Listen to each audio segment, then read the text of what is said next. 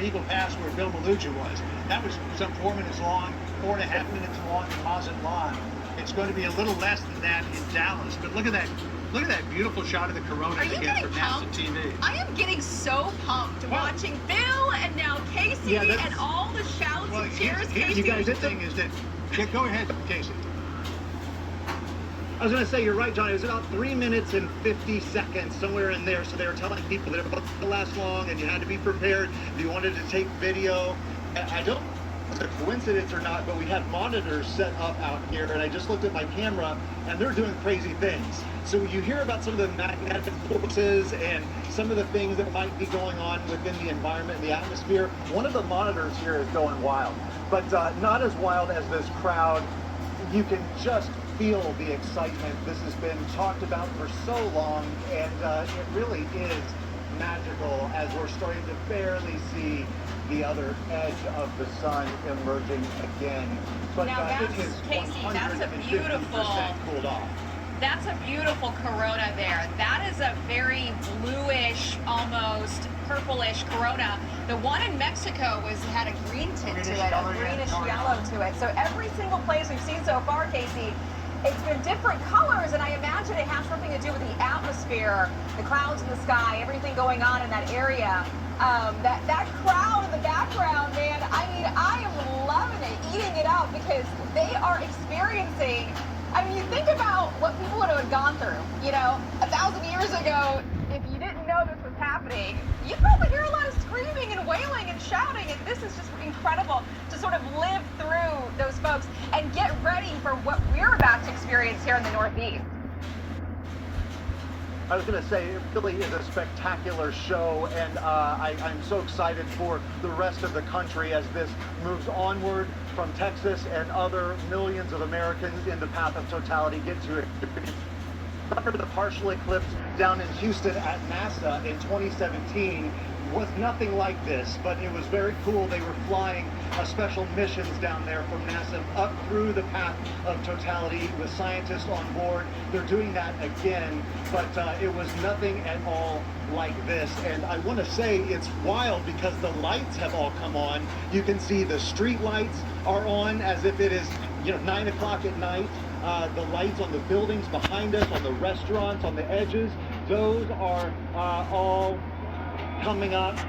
Now you hear the crowd, because now we're starting to see that sun shine through again.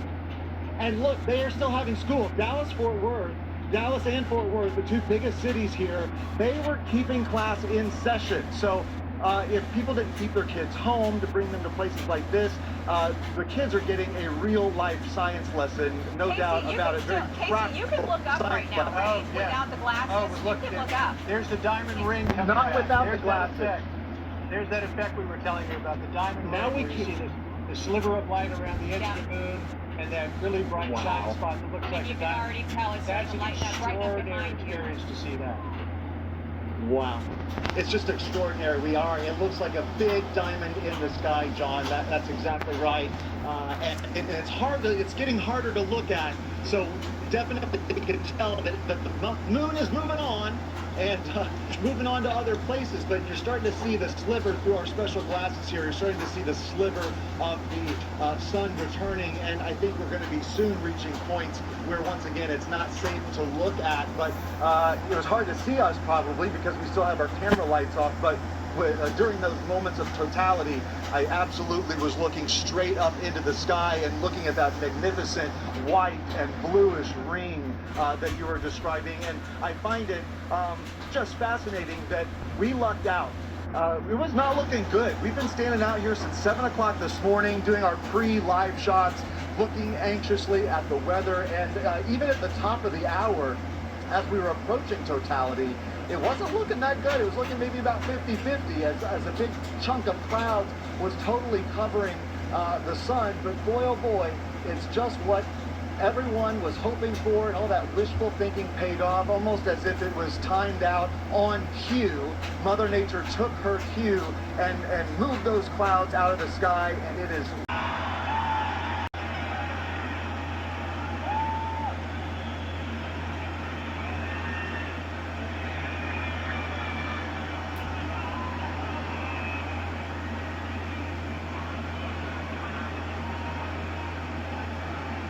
You heard the excitement there, Martha.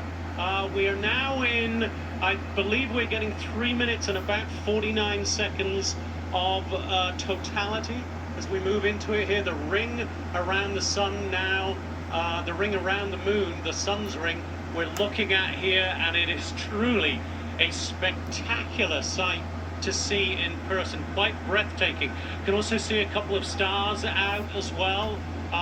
It's so hard to describe just how meaningful this seems, Martha. And look, you look at the crowd, you can feel the emotion of this crowd. Just an event that a lot of people will never witness again, of course. We know we're going to wait 20 years for the next total eclipse in the United States. A lot of these people probably know they won't be around in 20 years' time or so. I might not be around in 20 years. So this is a once-in-a-lifetime experience for so many of us. And again, Martha, I have to say, I had no idea how I was going to react to this, but it was a physical reaction, an emotional reaction. It really does make you appreciate the beauty of the earth, the beauty of the moon and the sun, the beauty of the universe that we are so privileged to be a part of. It's just quite an extraordinary thing, and again, a real privilege, Martha, to be here to witness it with all these fine people who've flooded to the Indianapolis Motor Speedway, which I have to say as well, Martha, has put on a quite spectacular event. And as I look now to my right, all of these people, there are people hugging each other. It's really special, Martha. Really special. You know, Jonathan, I'm thinking about you and all of the things that you have covered for us. In the middle of wars, near the front lines, and all of the things that happen here on Earth. And I just think this is such an incredible experience, and it does point out. Round of cheers as people witness this, Martha. I'll go silent for a moment and let you just enjoy the moment with us.